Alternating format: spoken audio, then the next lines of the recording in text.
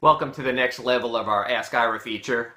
Take a video look at the mailbag today, and we start with a question about a story I wrote for Monday's Sun Sentinel. It was online on Sunday, about the end of the Spurs championship run and how it impacts how people perceive the Heat and other teams in recent years. The point was not what Tim Duncan and the Spurs failed to achieve against the Clippers, but rather how hard it is to repeat in today's NBA and how hard it is to get back to the NBA Finals for several years in a row, like the Heat did 4 times in a row and winning 2 championships when they had their big 3.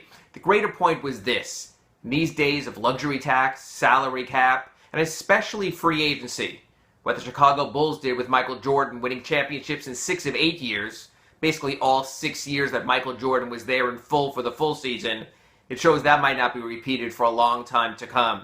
The second question in the mailbag was related to the Spurs finally being eliminated, and that's the 2-minute reports that the NBA has been issuing since late in the season and now in the playoffs. And a reader asked me, why do that if you're going to come out and say all the calls were correct? Well, that was the case in that game when the NBA reviewed the game. But the more important thing is the NBA is willing to show the highlights of those plays, to say how their officiating staff looks at those games. And there have been times when the reports came out when they say a call was flat out wrong.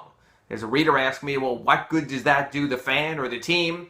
What good it does is it lets you know the NBA is looking. Just like a player doesn't hit all the shots, player commits turnovers, there will be mistakes, but it's also something the NBA is really trying to work to get rid of, or at least to be more obvious and to let fans know what's going on.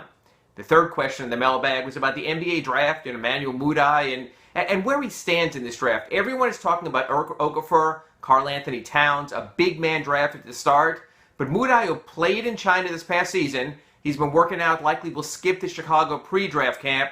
Could be a surprise. I don't want to say sleeper. You're not a sleeper when you go from number 4 or 5 to number 1, maybe even number 2. But the reality is this is more than a big man's draft, and it'll be interesting to see the needs of the team after the May 19th NBA draft lottery when the Heat hopes they still have a pick.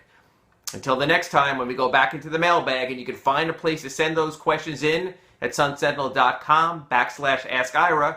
I'm Ira Winderman for sunsentinel.com.